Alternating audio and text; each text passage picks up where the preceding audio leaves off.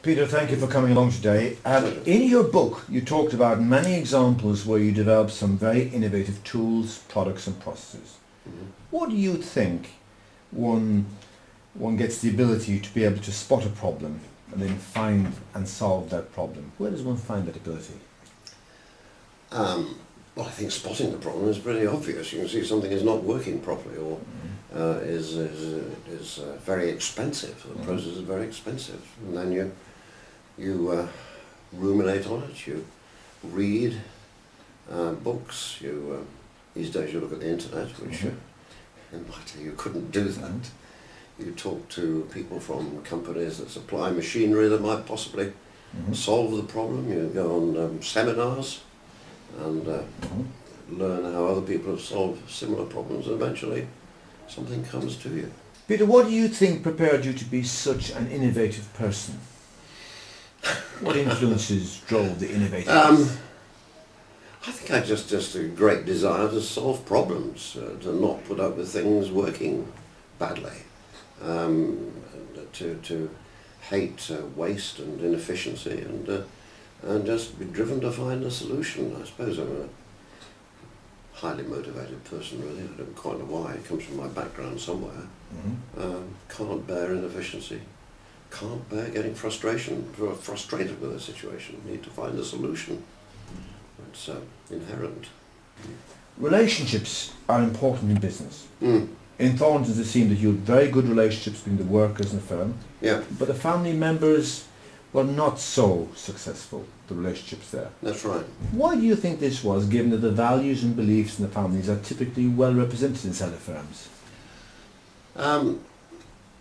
Well, there was definite problems with our family right from the very beginning. There was, now I think about it now, a dysfunctional family, and my siblings were, indeed all of us, were probably not very mature people, owing to the family environment, and so we were brought together without sufficient thought as to who was going to do what, without sufficient outside training or education, and there were too many of us. So the result was a great deal of conflict. The senior members of the business, my father and my uncle, were not directing us at all. They were not trying to solve the leadership problem, the succession problem at all. We had to fight it out between ourselves. So it was a constant problem of difficult relationships between us all and with the older generation.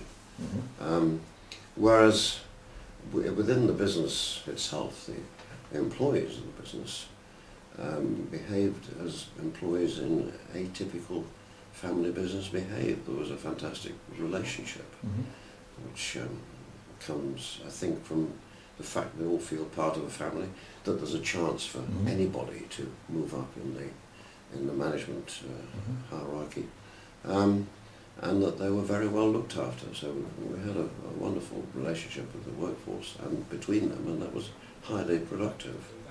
So they were two totally different environments, really.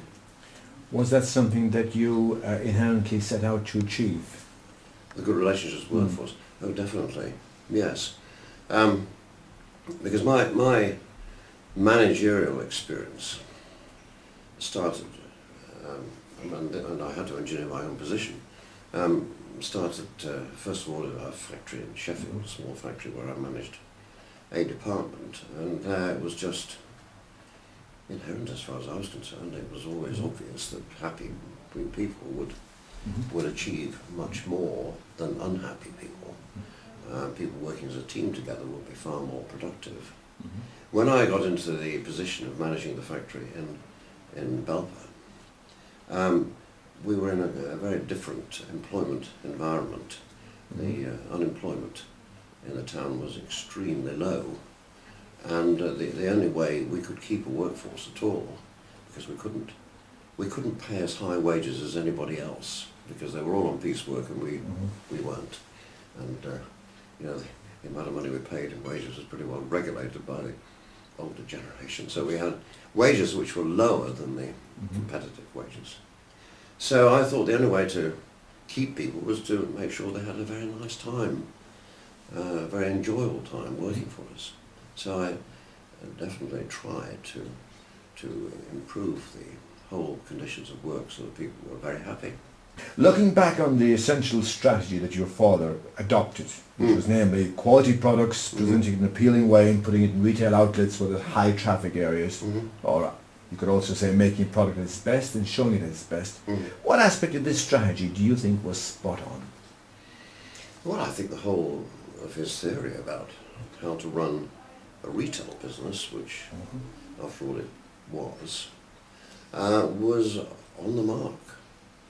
You know, he had worked out through his own experience of actually working in the shop himself from the age of 15 and decorating windows and that sort of thing, exactly how to make these shops profitable. So the whole thing was right. You know, the excellent window displays, excellent positions, the quality of the product, the quality and value of the product, the freshness of the product, and although I don't think it was on his list, the sort of store excitement, the sort of retail theatre was extremely important. So he got it seriously right. I mean, he was very good at getting the strategy right. He wasn't very good at managing people. He was pretty bad at managing people, but he could get the strategy right. You talk about the quality of the organisational culture and the people who work for Thorntons, their values, attitudes, beliefs that the people shared.